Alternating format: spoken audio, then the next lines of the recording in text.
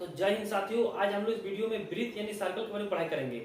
वृत्त का क्षेत्रफल क्या होता है, उसका परिधि क्या होता है, हम लोग संपूर्ण इस वीडियो में जानकारी आप लोग को देंगे। तो आप लोग वीडियो को पूरा कंप्लीट देखिएगा। चलिए शुरू करते हैं। देखिए फर्स्ट में आप लोग को एक पिक्चर यहाँ पर दिख रहा है गोल जैसा, ठीक है। इसी का नाम वृत्त है। देखिए वृत्त होता क्या है, वो घिरा हुआ तल जो एक निश्चित बिंदु से हमेशा समदुरुस्त होता है, उसे हम लोग वृत्त कहते हैं। ये आप लोग का वृत्त का डेफिनेशन हो गया। आप लोग इसको नोट भी कर सकते हैं। अब देखिए इससे आगे हम लोग बढ़ते हैं, आप लोग थोड़ा ध्यान दीजिएगा। देखिए जो पिक्चर इसमें है, इसमें देखिए जो गोल आपका बाउंड्री है, इसी को वृत्त नाम दिया गया, ठीक है। अब देखिए इस वृत्त को अगर हम लोग मान लेते हैं बीच में से एक पॉइंट देते हैं, ठीक है। इस पॉइंट को क्या बोलते हैं, इस पॉइंट का नाम हो गया आपका केंद्र, इंग्लिश इसको बोलते हैं सेंटर। अगर इस केंद्र से हम लोग लेफ्ट राइट किधर भी खींचते हैं, मान लीजिए इस केंद्र से हम लोग क्या करते हैं, राइट तरफ खींचते हैं, तो केंद्र से अगर हम लोग परिधि तक सटाएंगे उसको बोलते हैं त्रिज्या।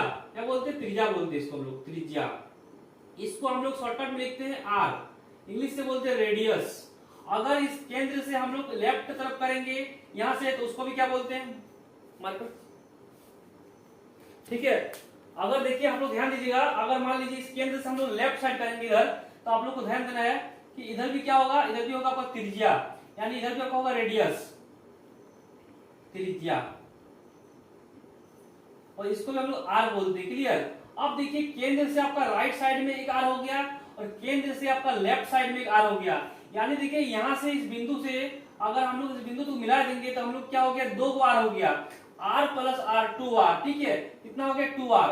और टू आर को क्या बोलते हैं हम लोग, इसको बोलते हैं पूरा लाइन को, जो पूरा लाइन आपका है यहां से यहां तक, इसको बोलते हैं डी। यानी क्या हो गया, डी क्या है, डी आपका हो गया वृत्त का व्यास। आप लोग ध्यान दीजिएगा, ठीक है। इसको क्या बोलते हैं, वृत्त का व्यास बोलते हैं, व्यास, और इंग्लिश से बोलते हैं डायमीटर, इसीलिए हम लोग शॉर्टकट में डी लिखते हैं। तो आप लोग को केंद्र का पता चल गया कि केंद्र क्या होता है। इसके बाद देखिए आप लोग को पता चल गया कि त्रिज्या क्या होता है। इस बीच को बोलते हैं केंद्र। साइड में देखिए हम लोग यहाँ पर लिख दे रहे हैं केंद्र, आप लोग इसको नोट कर लीजिएगा। अब चलिए इससे हम लोग आगे बढ़ते हैं। देखिए जो बाउंड्री आपका दिख रहा है गोल जैसा, ठीक है, इस बाउंड्री को बोलते हैं परिधि, ठीक है। वृत्त का परिधि होता है इस बाउंड्री को। और देखिए जो अंदर का भाग है इसको बोलते हैं क्षेत्रफल। जो अंदर में आपको भाग दिख रहा है, खाली भाग, इसको बोलते हैं क्षेत्रफल। क्लियर। इससे आगे देखिए क्या होता है, ये जो आपका मोटा सा भाग दिख रहा है, ठीक है, इसको बोलते हैं चाप। क्या बोलते हैं, चाप बोलते हैं। और देखिए जो आपका इस पॉइंट से, जैसे हम लोग पॉइंट ए से पॉइंट बी को मिला दिए हैं, इसको क्या बोलते हैं, इसको बोलते हैं वृत्त का पूरा को बोलते हैं व्यास, और इसी को बोलते हैं जीवा। अगर आप लोग को एग्जाम में पूछेगा वृत्त की सबसे बड़ी जीवा क्या है, तो आप लोग बोलेगा वृत्त का सबसे बड़ी जीवा क्या है, वृत्त का व्यास है। और आप लोग को चाप पता चल गया कि चाप क्या होता है, इसी पार्ट को बोलते हैं चाप, जिसे हम लोग यहाँ पर नेमिंग करते हैं सीडी। सीडी क्या है, सीडी आपका चाप हो गया। और आपका एक होता है छेदक रेखा। छेदक रेखा क्या है, देखिए अगर हम लोग मान लीजिए कि रेखा खींच दी यहाँ पर इस तरह से, तो देखिए रेखा क्या क्या, वृत्त को काट के पार कर दिया, यानी वृत्त को छेदा कर दिया, ठीक है। वृत्त को जो रेखा छेदा करता है, यानी वृत्त को जो काटता है, उसको क्या बोलते हैं, उसको बोलते हैं छेदक रेखा। आप लोग ध्यान दीजिएगा, ठीक है। इसको क्या बोलते हैं, छेदक रेखा, छेदक रेखा, छेदक रेखा। ये आपका हो गया छेदक रेखा, ये आपका हो गया त्रिज्या, ये हो गया आपका व्यास, यहाँ से पूरा व्यास, ये वाला हो गया आपका चाप। इसके बाद देखिए क्या होता है, इसके बाद तो स्पर्श रेखा, वो भी आप लोग को ध्यान देना है। इस वीडियो में हम लोग आप लोग को संपूर्ण जानकारी देंगे, ठीक है। स्पर्श रेखा क्या हो गया, देखिए मान लीजिए अगर हम लोग यहाँ से एक रेखा खींचते हैं, ठीक है, इस तरह से देखिए हम लोग एक रेखा खींचते इस तरह से, पार हो गया। अब देखिए इधर भी हम लोग खींचते रेखा, ठीक है, इस तरह से, देखिए रेखा भी क्या हो गया, पार हो गया। अब देखिए ये दोनों रेखा है, मान लेते इसका नाम दे दिए पी ए, मान लीजिए इसका नाम दे दिए पी आर, और इसका नाम दे दिए पीएम। तो देखिए जो पी आर हो गया आपका, पी से आर और पी से जो एम हो गया, ये क्या है, वृत्त की स्पर्श रेखा है, वृत्त का स्पर्श रेखा, ठीक है। पी आर क्या हो गया, पी आर बराबर आपका हो गया पी आर बराबर पीएम, ये आपका हो गया वृत्त का स्पर्श रेखा। इसको हम लोग बोलते हैं स्पर्श रेखा, ठीक है। वो रेखा जो वृत्त को स्पर्श करके पार कर दे, स्पर्श मतलब होता है छूना।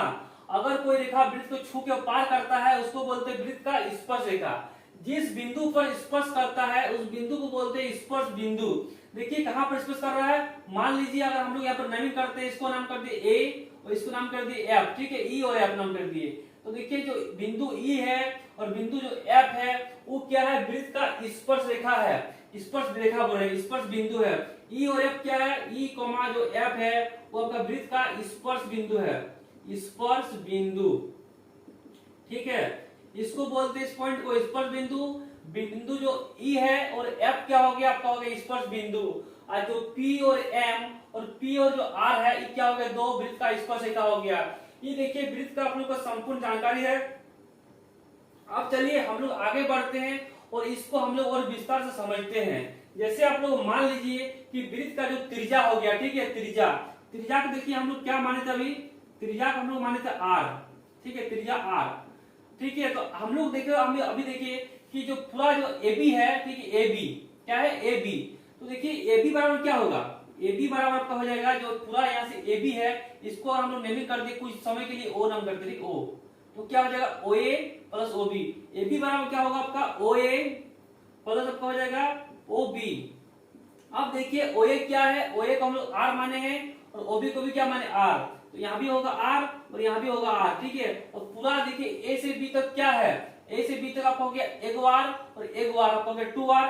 हम लोग सिंपल कर सकते हैं 2R यहाँ पर, ठीक है, 2R। और देखिए पूरा AB क्या है आपका D हो गया, तो हम लोग सिंपल लिख सकते हैं D बराबर 2R, ठीक है। D क्या है, D आपका व्यास है, ठीक है, व्यास। तो आप लोग सिंपल लिख सकते हैं वृत्त का व्यास D बराबर 2R। तो आपका एक और D बराबर 2 R होता है, क्योंकि आप लोग को चित्र में दिख रहा है, ठीक है। तो आप लोग अगर यहाँ से R निकालिएगा रेडियस, तो R इक्वल टू क्या होगा D/2।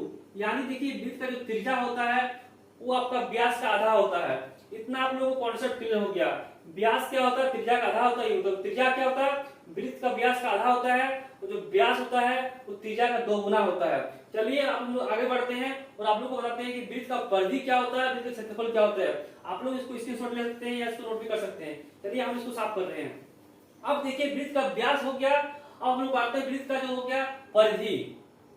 वृत्त का परिधि, वृत्त का परिधि का फॉर्मूला देखिए क्या होता है, आप लोग को थोड़ा ध्यान देना है। इसका फॉर्मूला होता है 2πr, 2πr, ठीक है। 2πr क्या होता है, वृत्त का परिधि का फॉर्मूला होता है। परिधि क्या होता है, इस पूरा बाउंड्री को ही परिधि बोलते हैं। और देखिए इसके बदले हम लोग को पता है कि 2r क्या होता है, d होता है। तो हम लोग वृत्त का परिधि का फॉर्मूला 2πr लिखेंगे। अगर हम लोग को d दिया हुआ है तो हम लोग सिंपल लिख सकते हैं πd, ठीक है। πd भी होता है क्योंकि 2r d हो गया तो πd हो गया, ठीक है। ये आपका हो गया वृत्त का परिधि का फॉर्मूला।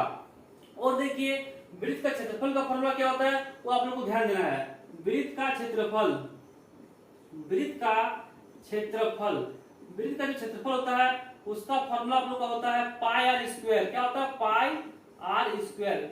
इस फॉर्मूला के माध्यम से हम लोग वृत्त का परिधि, वृत्त का क्षेत्रफल सभी को निकाल सकते हैं। अब हम लोग कुछ समय के लिए मान लेते हैं, ठीक है। जैसे मान लीजिए इसको हम लोग मिटा रहे हैं, आप लोग ध्यान रखें कि आपको मिटा रहे हैं हम लोग। अब देखिए मान लीजिए हम लोग के पास एक वृत्त दिया गया इस तरह से और बोल देगा कि इस वृत्त में क्या है। इस वृत्त में देखिए आप लोग को बोल दिया जाएगा कि आपका जो d है व्यास, ठीक है, d दिया गया 10 मीटर। और आप लोग से पूछ लेगा वृत्त का परिधि निकालिए। तो वृत्त का परिधि निकालने से हम लोग क्या करना पड़ेगा, देखिए आप लोग ध्यान दीजिएगा। हम लोग को दिया है व्यास d = 10 मीटर, 10 मीटर। तो हम लोग सैंपल क्या करेंगे, यहाँ से रेडियस फाइंड कर लेंगे, त्रिज्या, ठीक है। तो त्रिज्या क्या हो जाएगा, त्रिज्या r = d/2 होगा, यानी हो जाएगा 10/2। 10 को 2 से भाग दीजिए, कितना आएगा आपको, 5 आ गया। देखिए अगर आपका व्यास दिया है तो आप लोग सैंपल यहाँ से r को फाइंड कर सकते हैं, क्योंकि देखिए r क्या होता है, व्यास का आधा होता है, d/2 कर दिए। अगर आप लोग को r दिया रहेगा तो इसका दुगना होगा व्यास, तो आपका r आ गया। अब आप लोग परिधि निकालेगा, तो परिधि का देखिए फॉर्मूला क्या है, वृत्त का परिधि बराबर 2πr या πd, आप लोग जो भी कर सकते हैं। तो 2πr, देखिए पाई का मान आप लोग हमेशा क्या लीजिएगा, 22/7, ठीक है। लेकिन अगर आप लोग को बोला जाएगा कि 3.14 लीजिए तब आप लोग 1 ले सकते हैं, वरना आप लोग हमेशा 22/7 लीजिएगा। तो फॉर्मूला क्या है, 2πr, 2 इंटू पाई का मान क्या हो गया, 22/7। तो 22/7 कीजिएगा इंटू r। r कितना, देखिए आपके पास r 5 है, ठीक है, कितना है 5। आप लोग सिंपल यहाँ पर 5 लिखिएगा, कितना आ जाएगा, देखिए कुछ कटे कुछ नहीं कटेगा। इसको गुना कीजिए, कितना होगा 22 दूनी 44, 44 पचे कितना हो जाएगा आपका, 44 पचे कितना हो जाएगा, देखिए 22 पचे हो जाएगा 110, 110 दूनी 220, 220/7 आपका आ जाएगा मीटर स्क्वायर। मीटर स्क्वायर नहीं मीटर, ठीक है। परिधि आपका हमेशा मीटर में आता है और क्षेत्रफल क्या आएगा, हमेशा मीटर स्क्वायर में आएगा, ठीक है। तो वृत्त का परिधि क्या आ गया, 220/7 मीटर आपका आ गया। इस फॉर्मूला की वजह से हम लोग निकाल लिए। अगर आप लोग से बोलता है कि वृत्त का क्षेत्रफल निकालिए तो आप लोग इस फॉर्मूला का प्रयोग कीजिएगा, पाई आर स्क्वायर, ठीक है। पाई आर स्क्वायर, पाई का मान क्या है 22/7, 22/7 इंटू आर स्क्वायर। आर कितना, देखिए 5 है, यानी 5 का क्या हो जाएगा, स्क्वायर हो जाएगा। अब इसको आप लोग गुना कीजिए, कितना है 22/7 इंटू 5 का स्क्वायर, मतलब 5 गुना 5 25, 25 को आप लोग से मल्टीपल कीजिए, कितना है 25 दूनी 50 का, 0 हाथ में बचा 5, 25 दूनी 50 और 5 55, 550/7 मीटर स्क्वायर आपका क्या हो गया, क्षेत्रफल हो गया। तो आप लोग आसानी से इस तरह से वृत्त का क्षेत्रफल, परिधि, कुछ भी बोले आप लोग निकाल सकते हैं। और हम लोग इसका नेक्स्ट वीडियो में अर्धवृत्त का परिधि क्या होता है, चतुर्थांश क्या होता है, वृत्त का त्रिज्याखंड क्या होता है, आप लोग संपूर्ण जानकारी देंगे। तो आप लोग को वीडियो अच्छा लगा तो वीडियो को लाइक कीजिएगा, चैनल पर पहली बार सब्सक्राइब कर लीजिए।